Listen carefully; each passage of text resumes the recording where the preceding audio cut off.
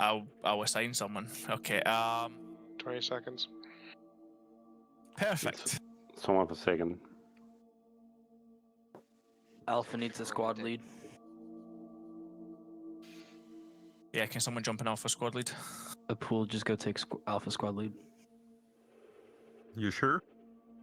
Can you lead people? Negative. I don't wanna. Believe in yourself, man. Okay, wrap it up. Are you both happy? Cool, awesome. Let's push to map screen.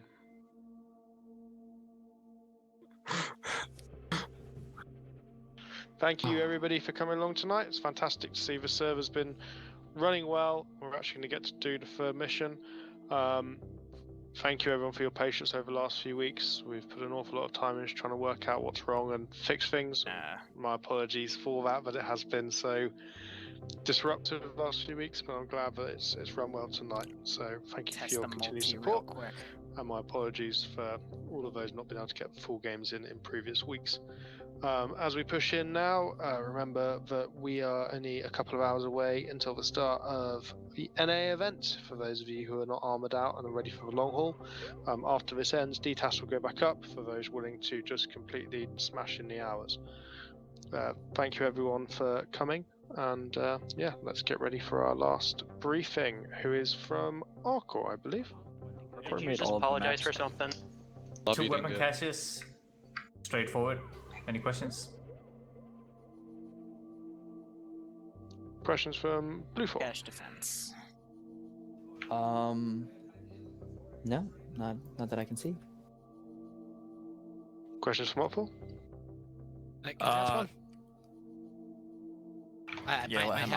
Question from Let's do community leaders first, not community leaders. You know what I mean? The boss people. I don't have any questions at this time. Let him ask his question. Okay, and Pierce, what do you want? Off to do preliminary reconnaissance in a safe start, just to look over the edge. No, of course not. That's never been a thing. I got a question. Safe start task. I got a question. Are we gonna have a fourth round, or the sacred fourth round? No. No, but we'll launch up DTAS so everyone can go in and smash out some DTAS. Additional question? Yep. Are we supposed to be able to see uniforms? That thing is in the works right now. We had a lot of changes, so it'll be implemented as soon as possible. Do they look Russian and do they look American? Default loadouts. Perfect. All right, there'll be a clear difference. Available when you actually go in game, when you see Orbat in. Yeah, it's available when you load in. Pretty sure. There we go. Fantastic. Right, these are. All right. So, quick second round gives way to a somewhat interesting third round. A bit more normal than the last couple of rounds. Ooh, very pretty sunset. It is a nice lighting, yeah. Saw that right off the bat, too. Let's see. So, Red Forest got a pretty wide starting area to work with as far as staging. They get those two BTRs, a bunch of gazes, and some trucks, and that MI8.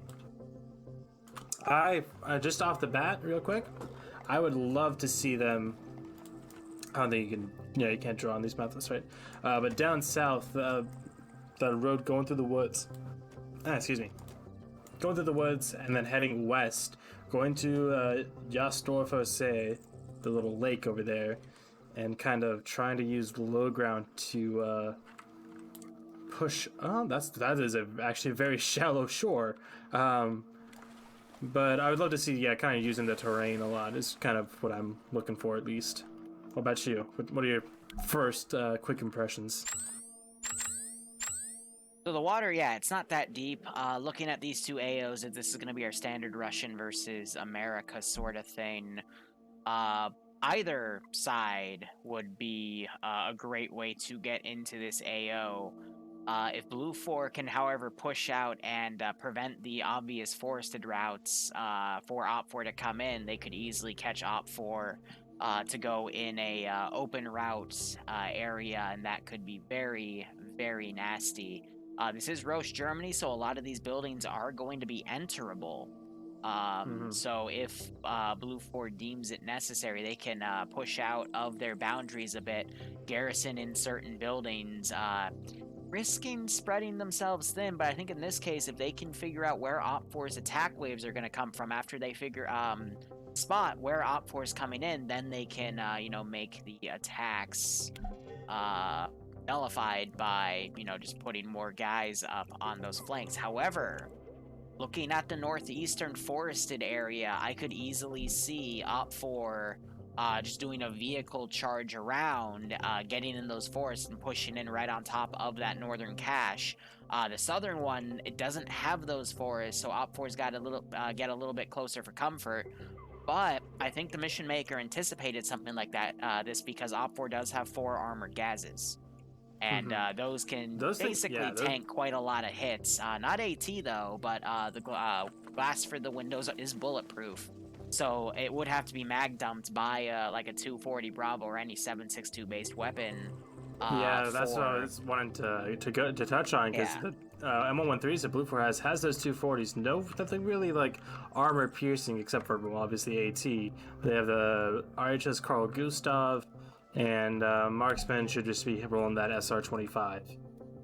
I could also see the MI-8 loading with 2 squads and going up the river, and then doing a quick touch and go landing right behind the caches to open up a back flank. I think BLUFOR is either going to pick one AO to just defend and hunker down on, or do both AOs and just do a very close defense. Because spreading out is going to be way too much for this one. Go ahead.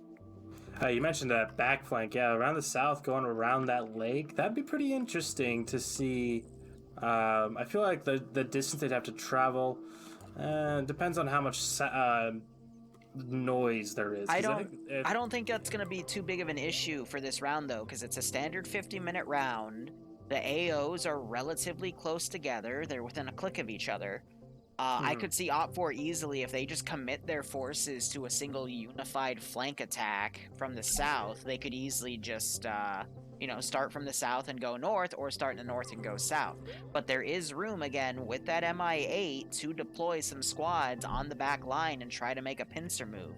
But I think it's going to be very vital for OPFOR this round to get the MI-8 to do a few circles, then potentially pick up some infantry and land them to try to scout out where BLUFOR's positions are. Or they'll do the landing first and then scout things out and then have the infantry move on those positions themselves. Yeah, I'm looking real quick. I want to see... No, I'm not seeing any AA, just Carl Gustavs and M72s for BLUFOR, so they're going to need to get a lucky shot on the pilot, or maybe an AT shot or something if it takes a low pass. It is important to note that BLUFOR does not have any higher calibers than 7.62. There's no 50 counts on the field. So if OPFOR plays that MI-8 effectively, similar to what we were seeing with the Huey in the first round for the attacking faction, I forget which one it was, but if they play that with if they play the MI-8 just like that Huey was, they'll be able to A, get some good scouting data, and B, be able to fire down on BLUFOR positions, and if not harass, then at least distract them from a main OPFOR force coming in.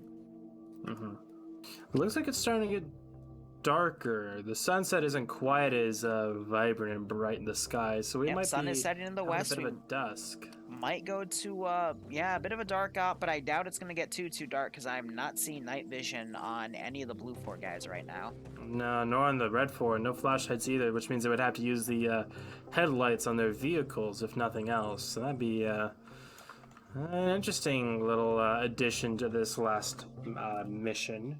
But we'll wait and see. I would love to see BLUFOR use its 240 Bravos as counterattack vehicles to OPFOR's main push. OPFOR, their biggest goal is going to be to get some sort of boots on the ground in either AO, but once they do, there's a lot of opportunity for them to move AO to AO, and BLUFOR is not going to be able to cover that. This is about a 50v50 person round. There was supposed to be a numbers advantage on OPFOR, but the last numbers I saw, it was 51 BLUFOR to 49 OPFOR.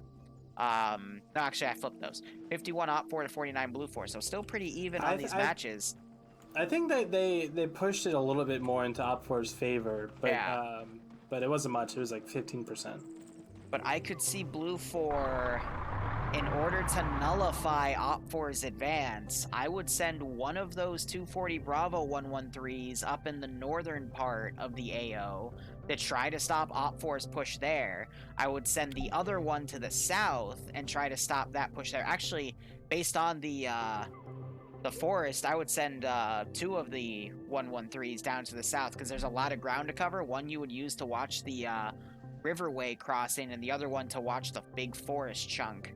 But if BLUFOR again can stop OPFOR from getting a foothold, or at least intercepts OPFOR's main convoy coming in, it could be really, really significant for BLUFOR. The only issue with that is going to be that the BTR-80s can easily penetrate into those 113s, but the 240 Bravo 7.62 guns on the 113s are not going to be able to penetrate the BTR-80s unless they get very specific angles. So either way, we could see either side taking a risk versus reward status here. But OPFOR, I mean, once they get their foot in the door, it's going to be a lot easier for them. But if BLUFOR can stop them from even getting that foothold, BLUFOR would be a lot more likely to win this fight. Now, because of the 2 caches are close together, I don't think we're going to see this round end to time. I think it's either going to be a stomp out from either side, or it's just going to be one of those, the first fight turns the rest into a bit of a dragging your feet match. But eventually you're going to see, you know, one side get the upper hand and maintain that upper hand throughout the operation. And we'll just have to see who's on what team and who goes down and who's where. But, I mean, that's the fancy way of seeing it's going to come down to the PvP. Right, and you mentioned earlier the distance between the 2 AOs being relatively small. I think it's actually a decent distance between the 2 to the point where it would legitimately separate them, like treat them as separate, because I don't think any meaningful QRF will be able to move from one objective to the other. Okay, my point of it though is that OPFOR to get into either AO has to go through a lot of open ground. There's no forest route they can take directly in. At some point, there is a massive open area that OPFOR has to cross to get to some sort of cover or concealment to then push into the AO. But between the 2 ammo cache AOs themselves, you can see there's a shit ton of forest with only small patches of open ground that OPFOR would have to go through. So that's why I'm saying, once OPFOR gets their foot in the door here, BLUFOR is going to have a much tougher time of repelling it. I see what you mean. Yeah. So, and they're actually sending a lot of them down south. I think looks like Foxtrot is sticking up here in the north, but most of the trucks went down south. 3B, sorry, not BBs, M113s are still kind of rolling about. But with 5 minutes to go, sun is completely gone and that moon is starting to come out. So we're definitely going to get into some night fighting. Street lights starting to turn on. Yeah, they're going to need to use these This is trucks. Germany, not Britain. What? We're making a knife fight. Okay, never mind. Anyway, I will also say, you're right, you know, Foxtrot has, so Foxtrot, as you said, coming up to the north, we're probably going to see a similar strategy again to what we saw in the first round, where the defending faction had 3 caches to defend, but only opted to defend 2, one with the majority of their forces and one with a very minor force. We'll have to see how that goes. Barb, I will BRB 1 sec. I'm gonna just quickly run to do something. Alright, don't hurt yourself. Don't get lost. You can't even hear me. So, yeah, I guess I'll carry the stream like I always do. 4 minutes ago now, by my watch. Yep, there we are, 4 minutes. Red Force still trying to get their plan going. Hopefully they learned from the last one and they go in mainly the Gazes or the trucks. Looks like they're getting a full squad into that MI8. Gonna be manning all the guns and keeping those benches warm. And they're gonna have to be careful about that, because if they play that wrong, that's gonna be a significant chunk of people dead. So they have 9 plus Pearson there. So probably 2 crew, pilot, co-pilot, and front and rear guns. So that's 4. So 10 minus 4, there's 6 infantry in there right now. Yeah, I think the most interesting thing about this match is going to be the potential night fight. Yeah, you hear night fight and thought it was a knife fight. So, yeah, once it gets dark, it's going to be a lot tougher, I think, more for the attacking team than the defending team. Because the defenders, they're going to need to turn on their headlights to go anywhere, as far as the vehicles and stuff. And they don't have any flashlights or anything, so I think it's going to be BLUFOR. I mean, BLUFOR could really use these trucks to set up, like, fake areas of contention. Like, there's some potential here with just the headlights on these trucks with how dark I think it's going to get. Full moon as well, so maybe we'll get that dark. Full moon and no cloud cover. Yeah, we could see something basic.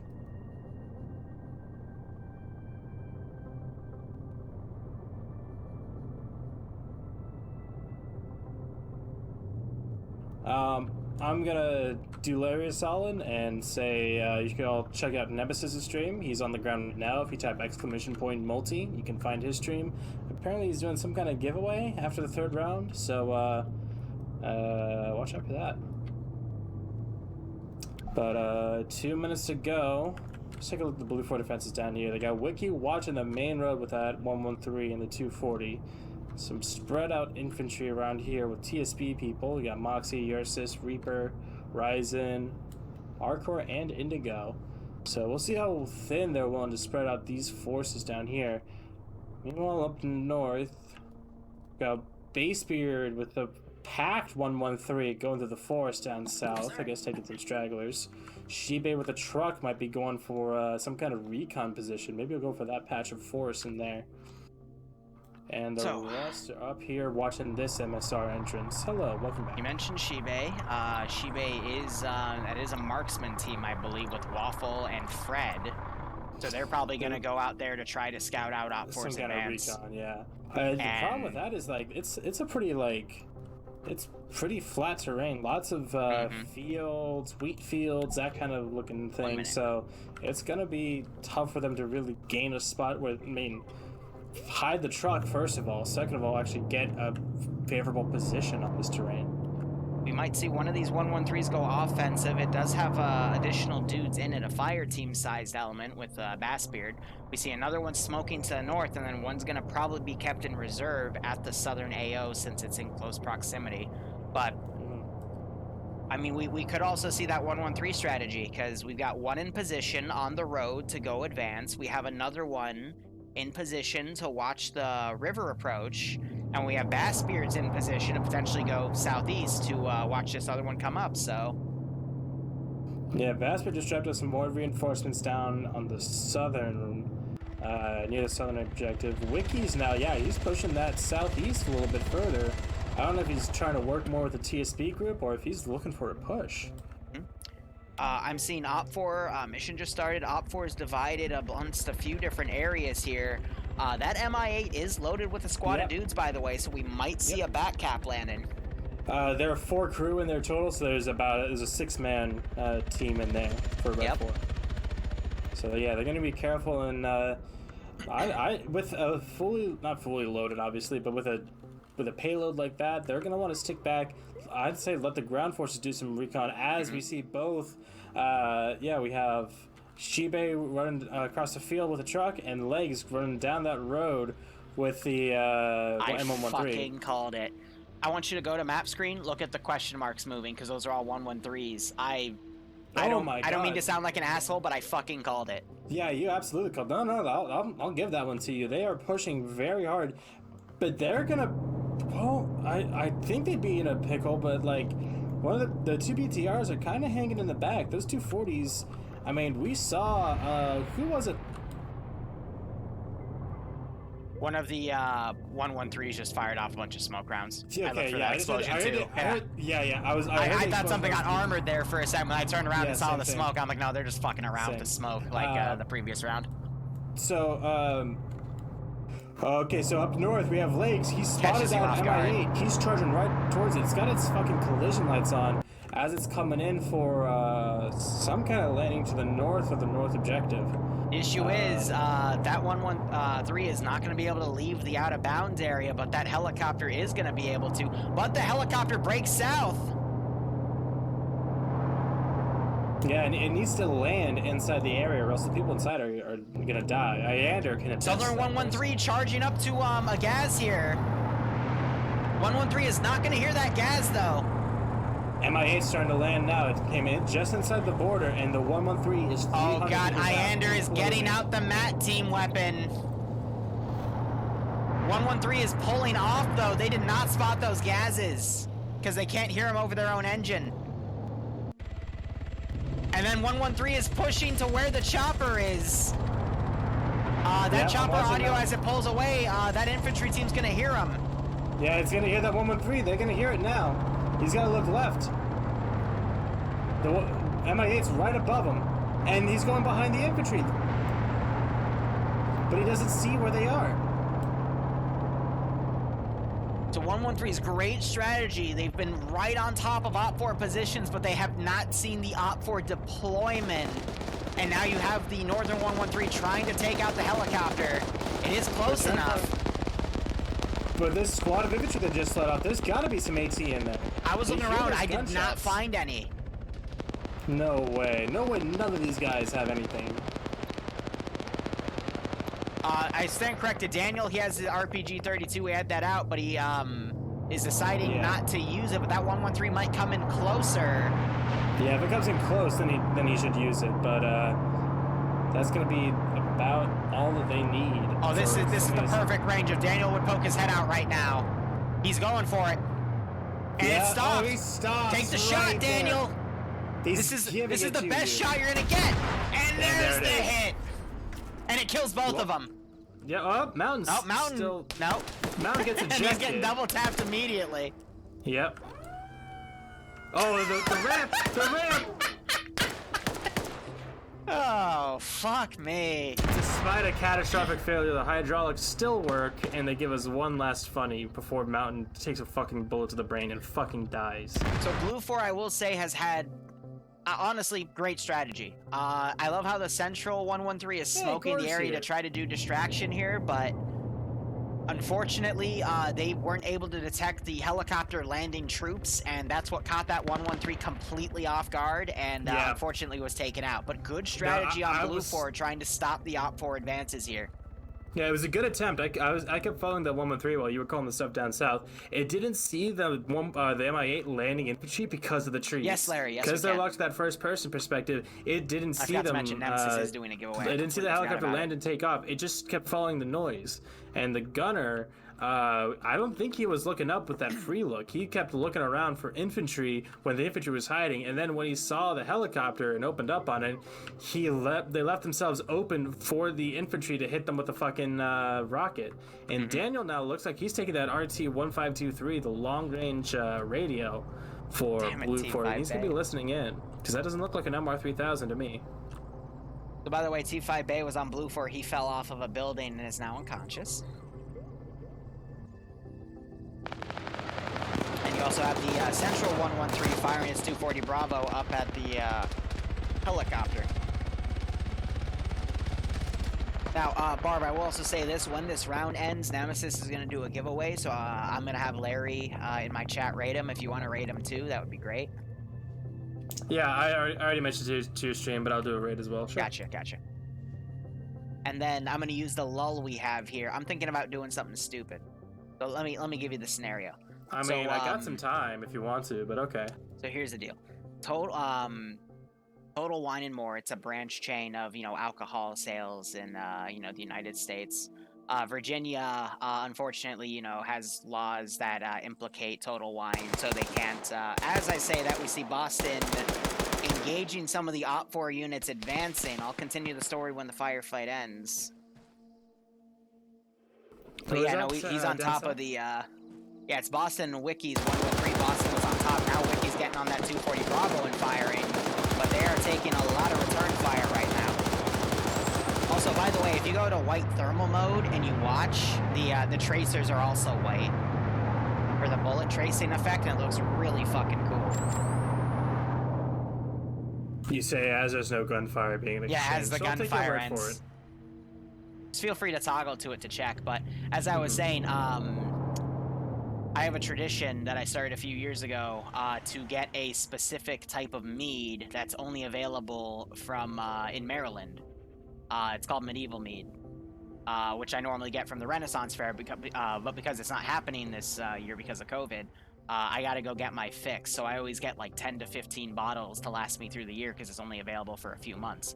So I'm thinking, what if I put a D goal up because it's about $15 a bottle, and we'll start playing Friday Night Fight Bingo every week, and I can have we can have the bingo sheet up, and every time something happens, we take a shot of something. Yeah, if you want to do mead, I mean, I've been starting to get into some wine.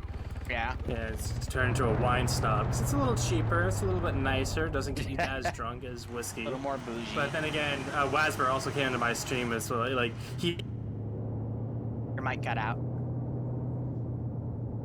Barb, my stream, he mentioned, yes, hello? There hello? you go. Check, Yep, check? yep. You're All right, good. fucking hell. Yeah, Wasper, like, he is talking about it, and, like, as he talked about it, he got an email for the place that he uses to send me liquor. Like, really rare, like, whiskey that hasn't come out in years because they had a fire at their factory. Like, they just got some back in stock, and I'm like, ooh, that'd be a very nice little gift. But yeah, that'd be down to do that, absolutely. Sure. Just fucking give me some fucking liver failure while you're at it. Righto, man. So back to the action here. We have again. It's it's a mini defense on the northern group. The southern. Well, the unit placement here is very interesting. OPFOR's kind of predicted BLUFOR's unit placement. They sent the airborne team to attack the northern objective, where BLUFOR has the weaker garrison, and they have their main force coming on the southern garrison to check things out. And they also have Nemesis with Azariah checking that far left flank to potentially see if it's safe, because that would give OPFOR a very safe advance up there. But OPFOR has mostly deployed here. Go ahead. Yeah, quick little side note. Bassbeard and Metamartian are at Red Force spawn. They're trying to see if there's anything they can take, because you got to remember that other round from a few weeks ago where they went to their spawn and stole their OPFOR's armed helicopter that they decided not to take because it would have fought against a little bird with a GAU 19. And they started using that against the enemy, which I thought was pretty funny. I don't remember that, jeez. But yeah, it looks like they're looking for something to use, and let's see if they try and take one of the trucks back, but other than that, there's nothing here for them. If they had some gases, that'd be interesting. But here comes that helicopter coming around, actually. Let's see how close they get to that. But yeah, just a very short fight. We had that first little bit of excitement with the 113 and the MI8 drop-off team, but now that 6-man team, they're just kind of very slowly working their way through the forest, waiting for the signal from the southern force. And yeah, I don't know if the 6-man team and the helicopter will be enough. We got 1, 2, 3, 4, 5, 6, 7, 8, 9, 10, plus potentially a 113 if it comes back, plus potentially Waffle Fox out there in the field, hiding in a bush. I believe he's a marksman. Yes, he is. He's got that MOS scope, and it's starting to get just darker and darker. Starting to see some stars peek out, and we have a full moon going up though, so it's not going to get too dark, but enough for players to have to possibly think twice about the little silhouettes they see. Yeah, full moon and no cloud cover means it won't really be that bad. Plenty of street lights in the two towns where the objectives are. I watched Ford get decked in the while first you were round, gone, I was thinking like there could be some pretty interesting tactics used with the trucks on both sides with the headlights, because the attackers, they need the headlights to push up in the vehicles, or else they're not going to see shit. Less so than usual, you know what I mean?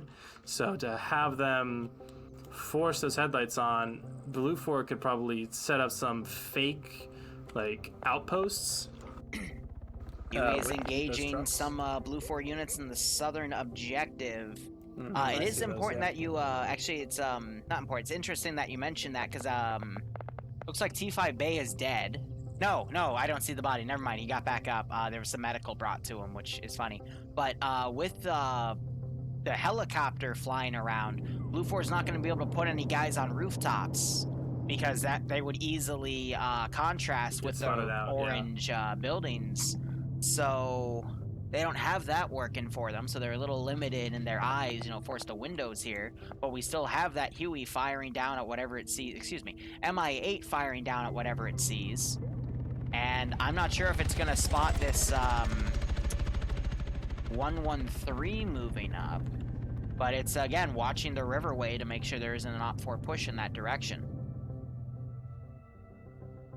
Wiki's pushing around with that 113.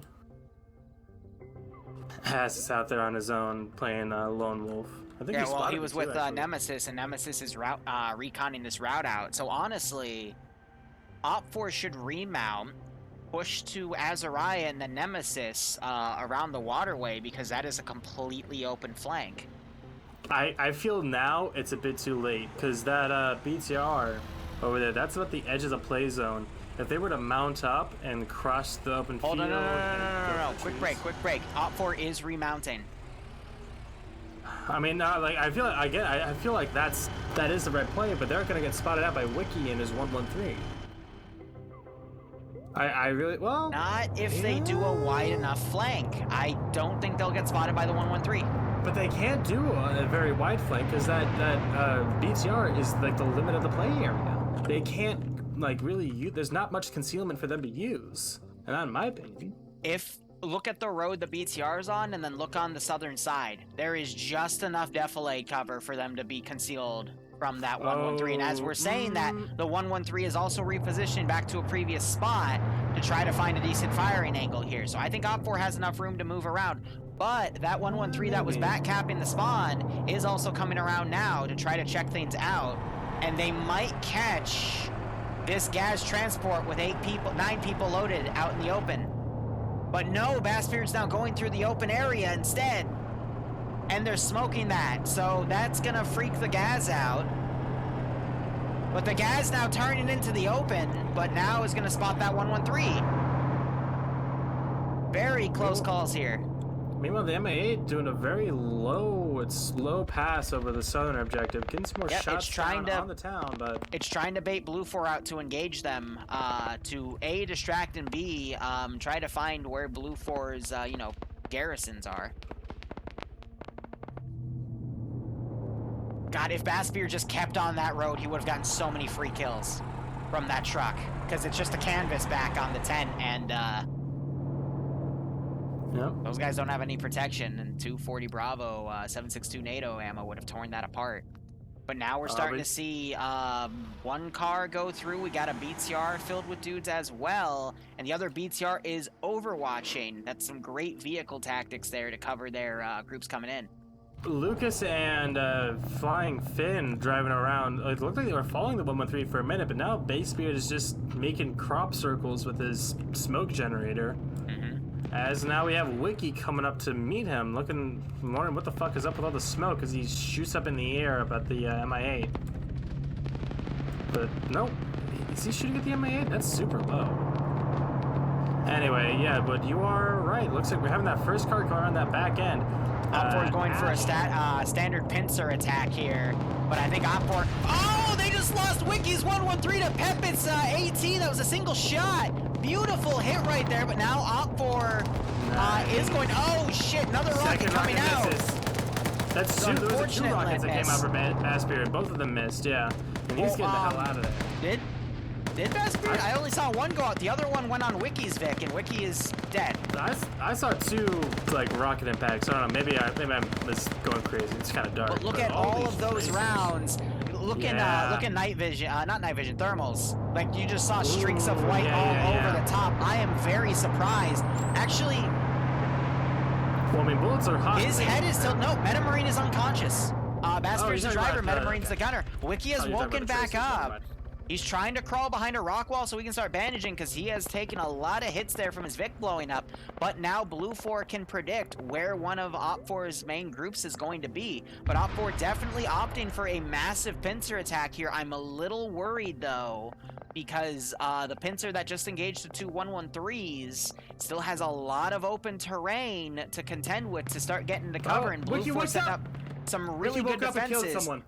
Wiki, yep, he crawled up to those rocks, crawled under a bush, and is now throwing grenades over. Definitely got a kill on someone. We see his body right there.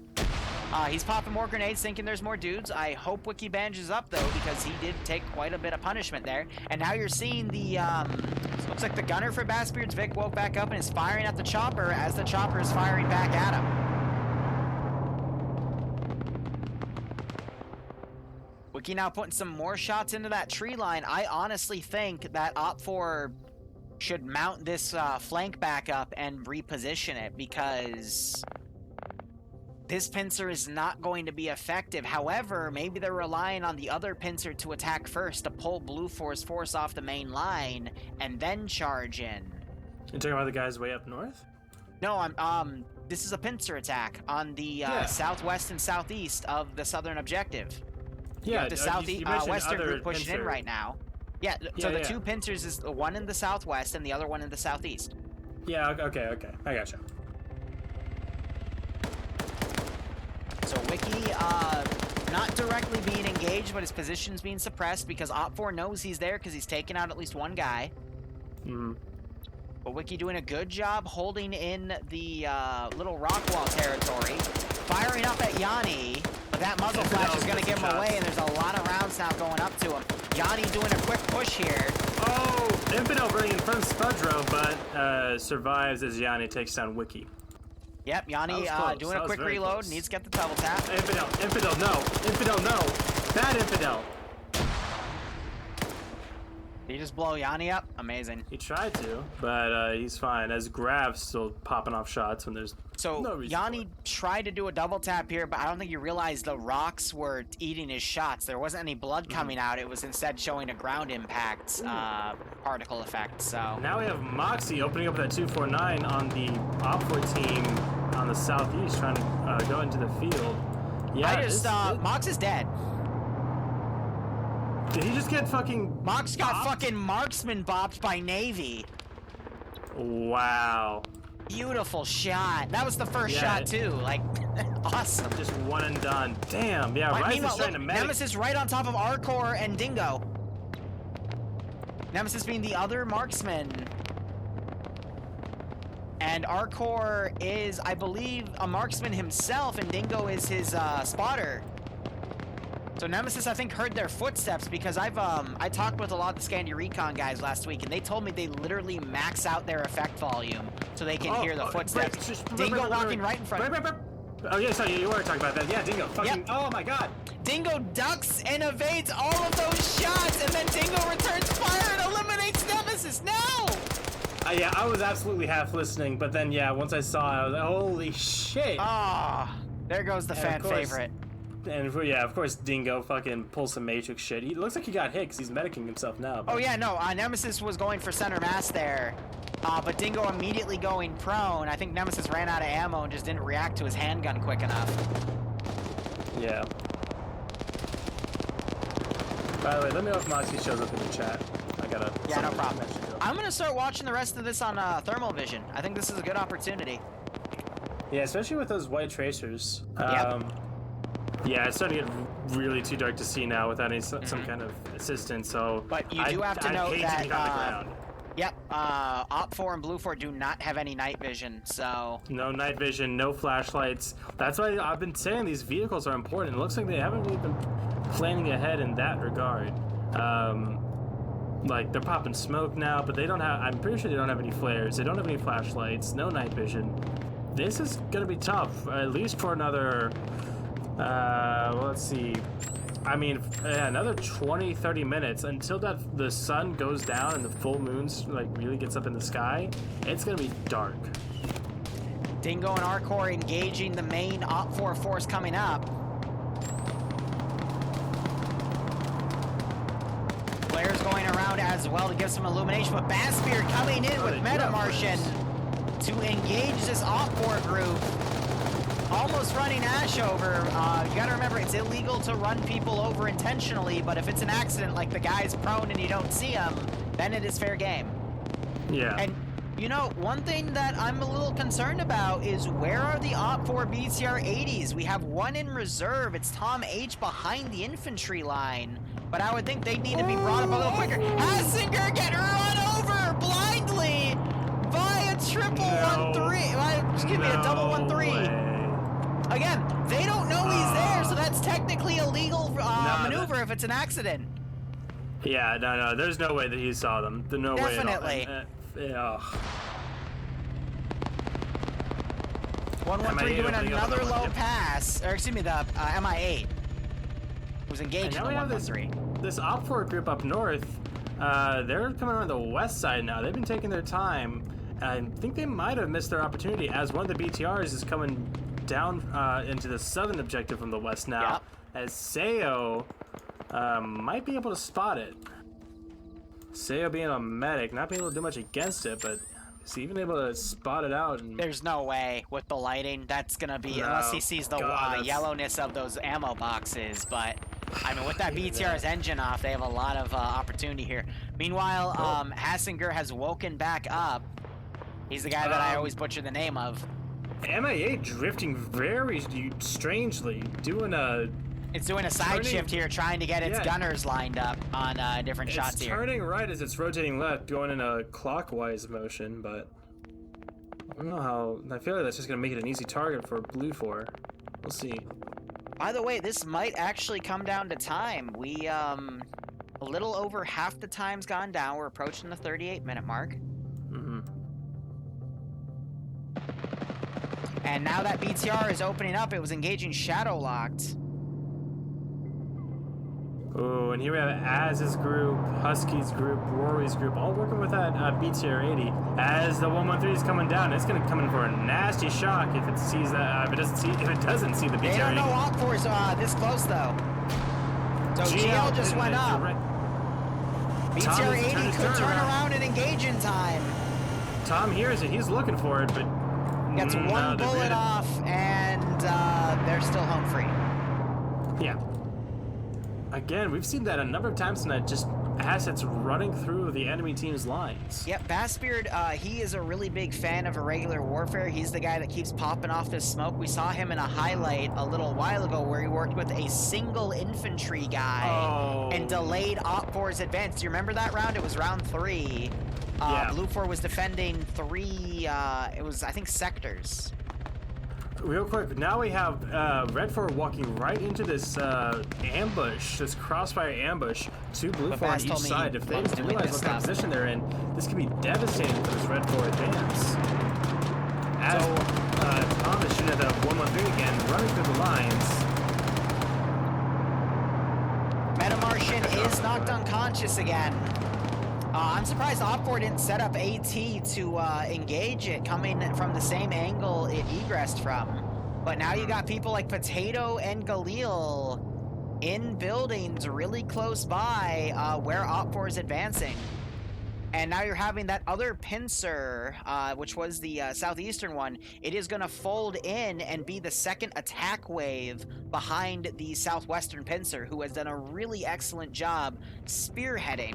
And it looks like we're also having that northern assault group is actually going to take the lawn route and potentially become a third, actually no, the new pincer, in this pincer attack, because they keep trying to pull BLUFOR off of their defensive lines. And look at this fucking MI8 flying super low and slow, and BLUFOR not attempting any AT shots on it. This would be a perfect opportunity here. Where's Iander when you need him? Iander's on OPFOR as well. He's the OPFOR MAT team gunner. Oh, I thought, well, let me find BLUFOR's MAT. TSB is BLUFOR. Let's see, Wuna. No, that's just another... Why is Bravo 1 at the bottom of the list? That's weird. Oh, sometimes the roster can glitch out client side. Yeah, I'm not seeing that Carl Gustav. No, it's on Olaf, who is... By the way, hold up real quick. The northern BTR, it's engaging infantry. We've got DeClark coming down with an M72 Law to try to get a shot. But that BTR is just running harassment at this point. Yeah, Olaf is the one with that mat. Ooh, explosive charge? Explosive trap going off to the east on the road. It was there to prevent an OPFOR rush, but it's ineffective. BLUFOR scuttling that charge and is pulling their units off of the defensive line they made to the south and east Now that OPFOR's gotten themselves around on the western flank. Yeah, and now we got Fred and Shibe still over here. Potato hiding in the bushes. Balil was over here. I'm not seeing him now, so I think he's dead. As something comes in and just hit the BTR, and it is smoking. Cooking. Yeah, that's gonna cook. Who was that? That would be Charlie 2. That was Olaf with the weapon. But now we've got a smoking BTR trying to pull out of the AO. Why aren't you getting out? Why aren't you getting out? Shh. No, this is death. You're gonna die. My boy, my boy. Hey, there's a light source for you. You gotta remember though, with the ace up, they don't actually take that much damage. But now they dismounted right in front of Arcor and Dingo, the marksman team. And they were just able to smack them on dismount. Man. Yep. Well, Vagrant's still up, but what is Potato doing? Look at Potato's position. Potato CF. He's the one BLUFOIR guy next to the OPFOR. He's prone under those hedges waiting for OPFOR to push out. That's a really smart tactic, but he's got no exit strategy there. Yeah, no, it's gonna be going down swinging. Unless if he just lets them pass by and tries to kill him in the, shoot him in the back. Get some good grenade throws, maybe a good 40. I mean, he could pick off Dusty here, but he decides against it.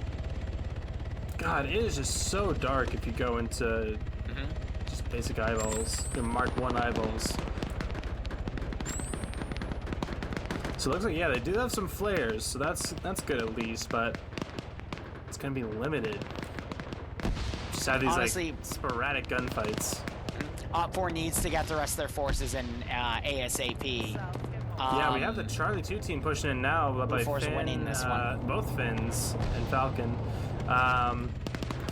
I'm not too sure about that. If this 6-man team up north can do something, let's see. Yes, 6 to 10. What's up? The fucking OPFOR, one of their squad leaders ran up and saw Potato, and they just double tap traded each other. Oh, it was actually brilliant. Yep. Hold up, I'm trying to find who that was. It was Rory, the Foxtrot weapon squad leader for the machine gun teams. I'm not sure if Potato was being too loud on the radio or something. There's a fucking Olaf getting the shot. I think that was him. Yep, that was a Carl Gustav impact round.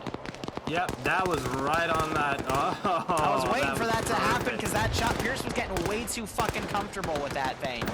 Yes, and he kept doing low runs. Now there's dismounts, but they're getting picked off by Russo there.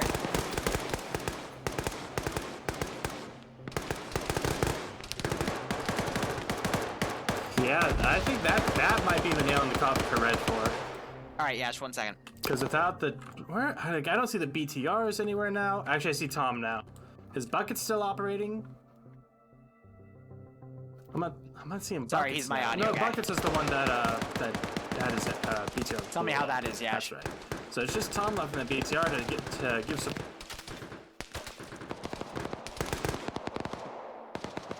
OPFOR having a lot of dudes down, but that second wave should give them a fresh amount of reinforcements. Also, we're having the northern group. They decided against pushing in the southern objective. It's going to be a 6v10 on the northern side. Yep, it's going to be a 6v10. If they can sneak in and get very close quarters, they might be able to make their numbers seem bigger than they are. Cause some panic, hopefully, but yeah, down south, the two pushes, they got so disjointed because of the suppressing fire. No, but if that thing landed on the building, it would have taken it out and gotten a lot more kills. Chat was just commenting what would have happened if the MI8 landed on the OPFOR garrison building. It probably would have blown that building up and done even more damage. That would have been amazing. But it would have been like when Whale landed his chopper. Yeah, and got the skyscraper blown up. That was beautiful. I showed him that. He was laughing at it. But yeah, the Red 4 too spread out, a bit too disjointed, and I think that's going to be their downfall for this mission. Yeah, so BLUFOIR, we just saw T5 Bay murk quite a few guys, Sotten Bay and Jonason, who were running up. They were illuminated by the burning chopper, and T5 Bay was easily able to identify them and pick them off. Azariah, yep, he ran off on the northern side. And I think got taken out by Hulls. Yeah. Oh, and here we got Forge, Daniel, and Green Thumb up here. This group on the north looks like they're starting to make their move. Moving very quickly through this forest, and they're inside the area. They're gonna run into most of the BLUFOR garrison here, I think. Though, where they're at, could be pretty good. Twig catching Skip out of position here. Twig unfortunately forced to pull back. What you got? Up north, Roster ran out of the barn, saw Daniel and Green Thumb in the open, or at least I did with night vision, but it's too dark. He didn't see the contrast of the silhouettes. So this is a great opportunity for OPFOR to hold their trigger. They didn't panic either, which is great. So they need to push into if they push into this long barn, start opening fire with Howl. Howl might have seen something. Chopper has stopped cooking. It is now dark, and we're now back to super dark land here. Yep. Owl has definitely spotted either Daniel or Sirius, and that's the northern group made. They're going to get that alarm going and collapse on this 6-man group, I think. 113, they've switched. Now you have Bassbeard. No, Bassbeard's still driving. Never mind. DeBrit takes out Owl in one shot. And silences the alarm, but it's gonna be too little too late. The gunner for Bassbeard's 113 is down once again. Is there a fight going on to the north, or has it, nope, that's it's going on, yeah. Tom and Roster lighting up Sirius. He finally Sirius goes gets down. knocked down, Roster also down. Tom utilizing that little firing hole on the 3rd story of this barn. Great area to utilize for this angle. Yeah, very cheeky, but once they notice that muzzle flash, it's going to be a very obvious spot. Daniel might see it here even. Quaking, by the way, was able to sweep out the 3 OPFOR stragglers on the south. He's up 3 kills, and OPFOR is now a little more consolidated here, but honestly, BLUFOR has the slight advantage here. I haven't seen OPFOR really utilizing their BTR 80s effectively. The first one was kind of on its own and wasn't able to get too much in. And we have Bassbeard just driving up and down the road to run audio distraction. Pretty funny. Up north, Forge and Daniel have made their way to 2 different buildings, trying to get some kind of foothold. As DeBrit takes out Mike, and that's another BLUFOR player down to 5v8. So Red 4 keeping those the ratios pretty good. Roster did wake back up, so Forge has a guess in here as he's pushing in. He's gonna slice this pie, and I think he's gonna be able to get the jump on Roster here. Nope, Roster heard it and he turned around. Forge is staying prone though. And Clown is in a Vic honking, trying to get OPFOR's attention. Yeah, he's just trying to make noise. He's clowning around as Daniel sees it, doesn't take the obvious bait. At least not yet. Now he's gonna start firing, but that gas is bulletproof. Excuse me, the BLUFOR equivalent. It's no, that's the exact destination. That's not the thick glass. I don't think it's bulletproof at all. But Roster takes out Forge. Green Thumb opening up on Bronson is 15 minutes. Gets the knockout on Bronson. Tom is going down, might try to come around. Roster, he could open the side door right here and get a perfect flank shot on Green Thumb and Daniel. And Tom's now looking out there trying to wonder what's going on. It is now, what, 4v7? Clown getting a GL round and knocking out Green. And you also have Vonk who's crawled around. He just needs to stand up and have a perfect shot, except for a little pull right here. Daniel going for immediate bandage. That's not what you want to do. Clown is going to push Daniel. Takes Daniel out, but then Clown gets out, knocked out by Dr. DeBrit, excuse me. I think that's going to be too little for Red 4. Now they're down to 2 guys up versus 7. And that's a bit too much for them to chew, I think. I'll look down south real quick, and I think BLUFOR's actually been pushing them back. T5 Bay and Seo pushed up around the Red 4 team. They got taken out, but Olaf by the he's the other Carl BTR Gustav guy. Yep. I'm not sure who got that BTR, but that was the one OPFOR was kind of keeping more in reserve. OPFOR, they got Scandi Recon at mostly full strength. I see a name like Logan here. We could still see a counterattack by OPFOR, get some good results, but even if they get this southern cache, they need to think ahead on how they're going to get the northern cache. Yeah, 13 minutes already remaining. Green you'll get looking knocked back out. up, so we're up to a 3v, let me do my math again, a 3v7 up here. That's a little more doable, but it's still very, very tough challenge for Red 4, I think. Let's see what they're able to do. Yeah, so Green woke back up and Clown woke back up, and they're medicing themselves. But OPFOR has lost like 50% of its manpower up there, whereas BLUFOIR's only lost about 30% if you want to talk statistics, so I don't think OPFOR is going to win that fight. No, statistically, no, they should lose, but we'll see how well they're able to play it. I think the better, more established players have been taken out. So this is a chance for people like Brugger and Green Thumb his internet crapped out. Show off. Oh, no, he's back. Make a name for themselves, at least a little bit, you know. Ooh. Yanni just got taken out by Slav, and Slav is going for the double tap. Now Flying Finn's firing back at Slav. Yeah. So a bit of red on red there. And that's not what they're gonna want. Yeah, they've picked up Finn. They're gonna try to get him inside to bandage him. Ash might have eyes on either Twig King or Dingo. Not sure yet. Based on the angle he's looking, I don't think so. Now, potentially, but I think Dingo and Twig also know he's down there, too, because their gun's up looking in that direction. You got STS also back here with the machine gun. The PKP!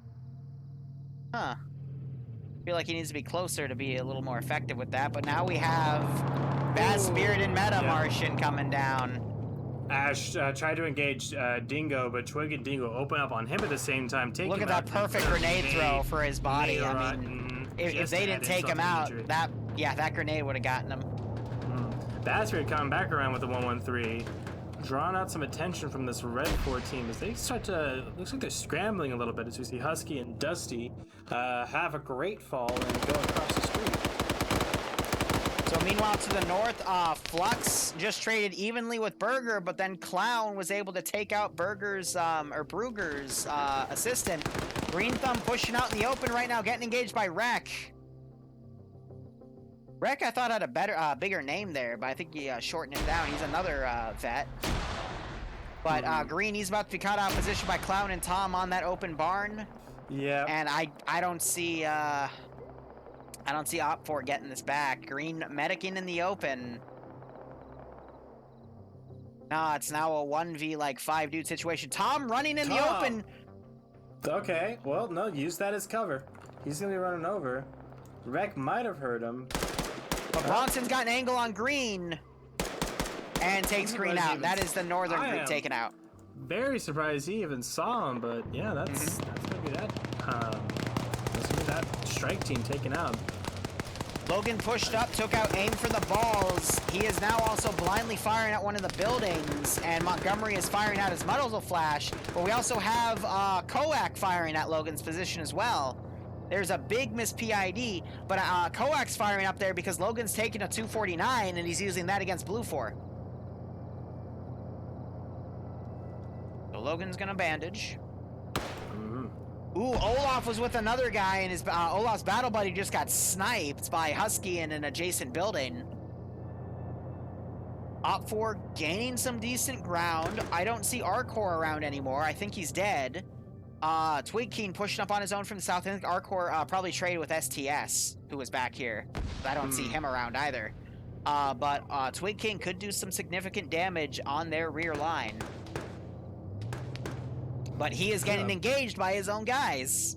Oh, the blue on blue tonight. But again, I'm gonna go to night regular vision right now. It is super fucking dark. You cannot tell who's who. So your best bet is just to engage whatever the hell you see at this point. I think the mission maker kind of made a mistake by not giving everyone flashlights. I disagree, because they actually have a shit ton of illumination gear in their own kits. Oh yeah, he did give him flares. That is true. I keep forgetting that. But even then, flares suck. Like, just straight up. I kind of like what this has done. Because, again, this isn't something you always want to do because your player's going to get pissy, but once every few months, this would be a pretty cool round. You know what I mean? It's an interesting challenge, for sure. Don't get me wrong. I just... I don't know. I feel for PvP, I think it might be a little bit too much, but it seems like people are enjoying it and they are adapting to it well Exactly. enough.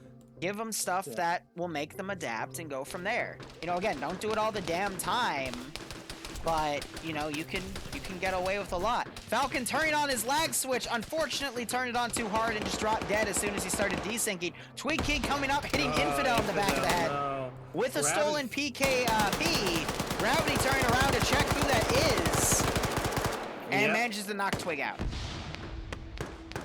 Logan pushing up to Montgomery's building. A flare going right on top of Logan's position, though. Uh-oh. Logan also appears to be crippled. Montgomery just got gunned down. See, this is what I'm talking about. Use the flares at the right time, light up the building, and then you can engage whoever, you know, silhouettes out. You pop a flare down, give your enemy a seizure, and then you push in unopposed. I gotcha. So OPFOR, I mean, numbers-wise, it's unlikely that they'll take the Southern Cache, but I still see it being possible. Yano just coming up on Olaf's building and taking him out in a 1v1, but Yano definitely took some hits there because he's crippled. But I do not see OPFOR, after taking this cache, being able to take the Northern Cache. No. Not with the time they have left. I mean, they do have some transport that they can utilize. That truck, for example, if they keep it alive, there's another truck just to the northeast. Like, they have some But in options. 7 minutes, they'd have to get this fight done in 2 to 3 minutes, which no way with the amount of BLUFOR guys still up in OPFOR's positioning right now. And then it's going to take another 3 minutes to get there, and then to rush in 2 minutes. I mean, potentially, if they get there, they could force it to overtime, but... It's possible. It's unlikely. Yeah. So the other BLUFOR guy gets taken out by Logan as he breaches in. Logan's on 4 kills with that 249 he stole. It's great. Probably 3 on it, and then, you know, 1 on it, and then 3 with it. Dingo, meanwhile, trying to do a wide flank maneuver here. Seeing that there is merit to that strategy. Twig King got double tapped, but OPFOR does not have that many guys left on this sector. And they keep blue on bluing each other. Now, if Dingo all the way back here, I might be able to put another strike on the Scandi Recon group. No one went back to pick up Infidel. He's still bleeding out with that AK, the GP, which... Yanni is a medic, but they might just be out of medical. And you hear that 113 firing up again. Yeah. And it's immediately getting engaged by Spud and Logan, and the gunner is knocked out again. Important to note, though, the back opening is open here. We have a third guy loaded up in this 113. Looks like, he's alive. It's Pop-Tart from Pluto, who I don't know what his exact role is. He could be a medic focusing on keeping Martin alive. But now you have Spud and Logan pushing up into this cache. Jesse shutting the door, Spud shutting the door. Jesse trying to keyhole that door, though, but I think his bullets were going in the wall because I wasn't seeing his tracers leave that. Otherwise, he should have been able to get the kill on Spud. Meanwhile, Logan's come in the other way, gets a mow down, but unfortunately, Mass and the other BLUFOR guy were in opposite corners to cover that room effectively. Oh, Spudro eating a nade as Pop-Tart runs in, gets dropped by a Puva. Yep. Spudro throwing a nade of his own, catching Ryzen. Logan waking back up! Turns around and guns Mass down! Logan just got this cache, making sure both those guys are down. He's gonna start mag dumping the cache. You should try and close the door, and because you got they could steal this. Indigo coming in the door now. Throws a grenade in. Logan sprints out, gets knocked out again. Indigo might go for the double tap. Nope, Logan is dead. Yep. 6. There we go to sub to And FR. I think Nice. that was about their How have you been doing, Skin? Long time no see. Hope you keep enjoying everything. And maybe we'll see you in TSP someday. Again. Pluto wakes up. Pluto wakes up and shoots the finish in the back. So Puva now is just dipping. He's got no time left. They got 4 minutes and counting on the clock. Drops another guy.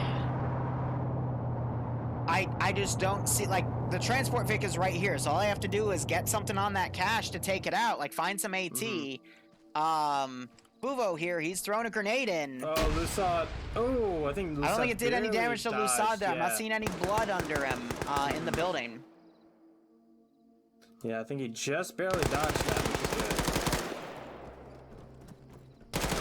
I waited you to say. Look at Fuva like dodging all these shots, man. Whole reload war going on. Luso drawing a secondary, but gets knocked out by the handgun. Switching to your pistol is always faster than reload. Puva did a really good job there, opening doors, freaking BLUFOR out, staying mobile in that fight. That was great, but it wasn't enough, unfortunately. Tap, but I don't think he even hit him. Oh God, Larry, what the hell? So much pain from that gunfight, so we might have. Larry, did you do that to be at 570 even? Jesus. But other than that, we have Koak, Akimov, Yano. If you got a sub from Larry, make sure you thank him.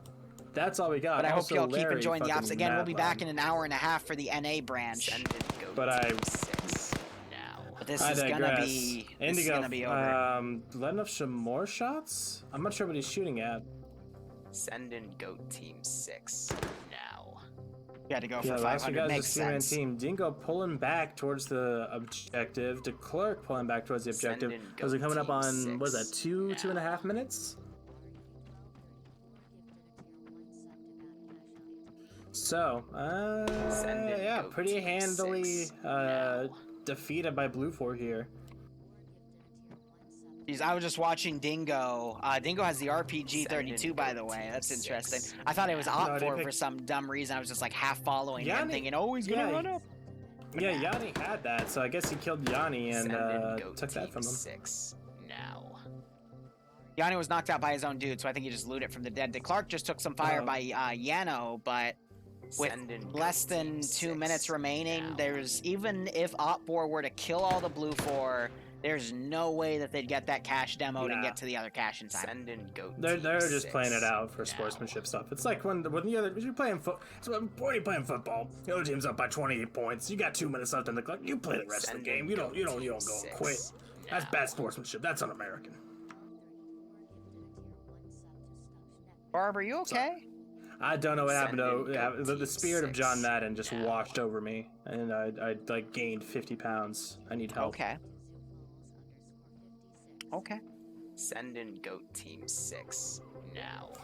So I'm gonna take the opportunity here. This was the EU branch Friday Night Fights. We will be back in a little under an hour and a half for the NA branch for 3 more rounds of PvP. Hopefully we'll stay at 100+ players, but I'll update it in the title.